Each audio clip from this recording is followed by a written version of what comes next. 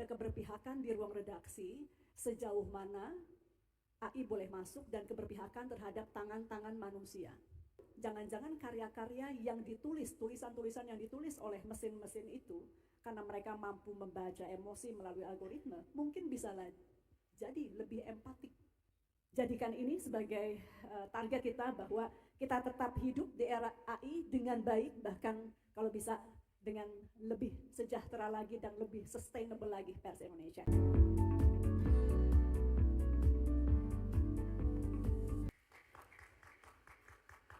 Bapak Ibu, kita ada di satu fase penting dalam perjalanan pers Indonesia dengan tantangan yang tidak mudah, tapi kita yakini bisa kita lakukan atau lalui bersama dengan baik, karena saat ini masyarakat tidak hanya butuh informasi yang cepat namun tepat.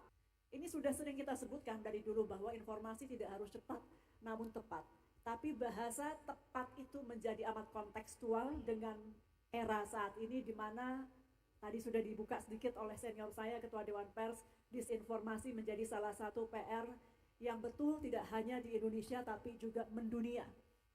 Kemarin saya lihat berita tidak terkhusus mengenai disinformasi tapi pelanggaran-pelanggaran informasi di ranahnya. Sebagai contoh, Prancis mengambil langkah, ya saya nggak tahu ini bijak atau ekstrim ya, menyerang, polisinya menyerang kantor sosial media X. Setelah ada AI generated content, ya, jadi karya-karya produk-produk AI gitu. Kemudian Supreme Court di India atas nama hal lain juga memberi ultimatum kepada digital platform Meta bahwa jika tidak menuruti maka perlu keluar dari India dan lain-lain. Di Indonesia ya kita ada beberapa kali juga Pak Wamen ya, kita ancam sedikit. Ancamnya memang karena harus Pak Sekda, ada beberapa platform yang belum pernah mendaftar sebagai penyelenggara sistem elektronik. Ketika kita lakukan ketegasan, yang dukung banyak, tapi yang nggak suka juga banyak. Karena sosial media ini sudah amat dekat di hati masyarakat. Tapi yakinlah bahwa Komdigi tetap berada terdepan untuk menjaga kebebasan berekspresi, kebebasan pers, namun juga tetap bertanggung jawab. Karena pada prinsipnya pers selain memberikan informasi, tentu perspektif ujungnya adalah perlindungan terhadap masyarakat. Perlindungan dari informasi yang tidak benar, perlindungan dari hal-hal lainnya. Jadi ada beberapa hal yang kita tegakkan khususnya di ranah digital yang terkait dengan AI, itu justru untuk memberikan keluangan atau kelonggaran ruang untuk Bapak Ibu berkarya dan karyanya bisa didengarkan oleh masyarakat, bisa dibaca oleh masyarakat, bisa dinikmati seperti dahulu saya menikmati berbagai karya jurnalistik. Tanpa banyak disrupsi, tanpa banyak noise, karya-karya jurnalistik itu menjadi sesuatu yang nikmat dibaca, indah, tepat, bermanfaat, mendidik, dan ini yang kita rindukan. Jika kita ingin hal-hal yang baik muncul, maka pemerintah, untungnya saya didampingi Pak Wamen yang juga jurnalis lebih senior dari saya, sehingga kita harus membersihkan ranah digital ini bersama-sama. Bapak Ibu sekalian, kita juga memahami bahwa pers yang sehat bukan hanya soal kebebasan dan profesionalisme, tapi juga keberlanjutan. Keberlanjutan secara ekonomi, konsistensi etika, kepercayaan publik yang terus dijaga di tengah banjir informasi. Nah, tadi saya lupa menyampaikan, disinformasi itu mengikis kepercayaan masyarakat terhadap produk-produk yang kita buat dalam kerangka pers. Disinformasi ujungnya akan mengikis kepercayaan terhadap produk-produk pers. Dan karena itu kita jaga, tadi saya sampaikan sustainability juga penting, dan Komdigi saya rasa amat terbuka terkait isu ini. Kami tentu sebagai perwakilan atau dulu pernah juga lama berkecimpung di pers, terutama Pak Wamen yang sampai pucuk pimpinan paham betul mengenai sustainability yang menjadi mungkin lebih menantang juga di era ini, dan kita siap untuk berdiskusi terkait hal-hal yang terkait dengan keberlanjutan dari kehidupan pers di tanah air yang sehat dan juga secara ekonomi baik. Bapak Ibu sekalian, kalau di RPJMN kita juga atau pemerintah mendorong penguatan ekosistem informasi yang berlandaskan prinsip disebut BEJOS, bertanggung jawab, edukatif, objektif, dan sehat. Jadi tadi bukan hanya penyampaian dari kami sebagai Menkomdigi, tapi dalam kerangka luas pemerintah juga memiliki prinsip-prinsip ini di RPJMN. Kita melihat sekarang bagaimana artificial intelligence itu juga bukan tidak memiliki tantangan. Jadi di beberapa belahan dunia, termasuk di Amerika Serikat, salah satu penghasil, pembuat, inovator dari artificial intelligence ini, muncul gerakan-gerakan anti-AI. Ada sekelompok artis, 700 artis, penulis, kreator yang berhimpun, kemudian membentuk sebuah gerakan anti-AI. Ada Scarlett Johansson, Nicki Minaj, Sarah Silverman yang saat ini mengatakan bahwa atau membuat surat terbuka kepada pembuat kebijakan serta pengembang AI menyuruhkan agar karya mereka tidak boleh digunakan untuk melatih algoritma tanpa izin.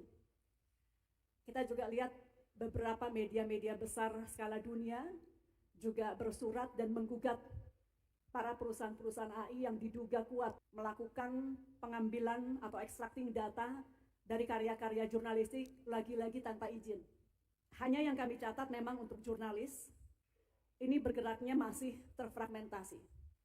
Jadi belum ada satu gelombang besar bersama-sama. Ini mungkin khas kita, karena kita lebih banyak duduk diam menulis begitu ya. Jadi kurang berhimpun untuk kemudian melakukan gerakan-gerakan yang memberikan masukan-masukan terkait dengan bagaimana harusnya artificial intelligence diatur. Yang saya amati di tahun 2025, cukup banyak lobby-lobby yang dilakukan oleh perusahaan AI justru kepada teman-teman pers. Jadi biasanya justru diskusi-diskusi AI dibiayai oleh perusahaan-perusahaan AI. Saya tidak mengatakan itu salah, tapi itu warning untuk teman-teman semua karena saya rasa mereka memang wajib untuk give back. Tidak ada salahnya untuk melakukan pendekatan-pendekatan dan wajib hukumnya karena mereka juga mengambil data dari karya-karya jurnalistik kita. Tapi di saat yang bersamaan hati-hati karena lobby-lobby ini juga pasti terjadi karena ini juga tidak hanya permasalahan di Indonesia tapi di banyak negara. Terima kasih Pak Wamen, saya masuk itu sudah ada circular letter yang terkait dengan kecerdasan artifisial mengambil prinsip-prinsip dari UNESCO, begitu ya Pak Wamen. Ketika kami masuk, kami scale up untuk menjadi Perpres. Jadi Perpresnya ini ya masih menunggu sekarang di Kemkum, mudah-mudahan dalam waktu dekat segera ditandatangani. Dari kami sudah diselesaikan di bulan Oktober tahun lalu. Ini yang menjadi dasar kemudian untuk kementerian lembaga termasuk Komdigi menurunkan dalam bentuk permen untuk mengatur AI. Termasuk yang salah satu sekarang draftnya sudah kita godok adalah labeling AI untuk karya-karya yang memang menggunakan artificial intelligence. Sekarang belum, tapi ini juga sudah, draftnya sudah siap. Tapi ke depan saya rasa perlu ada afirmasi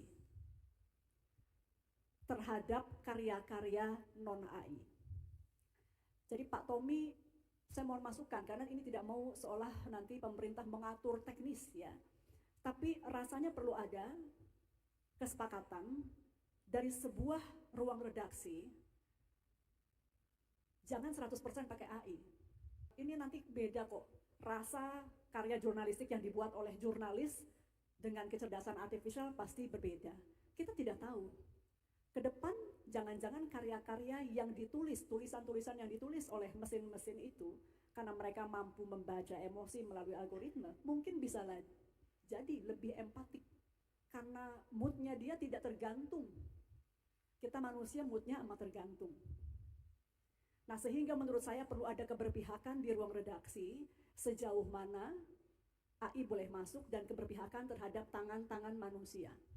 Karena saya termasuk yang perlu mengantisipasi bahwa AI ini bisa mengambil berbagai job, berbagai tugas-tugas dari manusia. Orang mengatakan mesin-mesin itu, yaitu tadi pasti berbeda, dia tidak punya hati dan lain-lain, tapi ya sekali lagi emosi itu bisa dibaca dengan algoritma. Untuk memperkuat jurnalisme berkualitas, pers yang sehat, kita yakin bisa melahirkan publik yang cerdas kemudian memperkuat ekonomi yang berdaulat, kemudian ekonomi yang berdaulat adalah fondasi bangsa yang kuat. Karena itu pemerintah terus memerlukan pers yang kuat dan tidak bisa ditawar. Karena ujungnya adalah fondasi bangsa yang kuat. Kita jadikan AI sebagai pelayan bagi kemajuan pers, pesan akhir kami. Caranya gimana?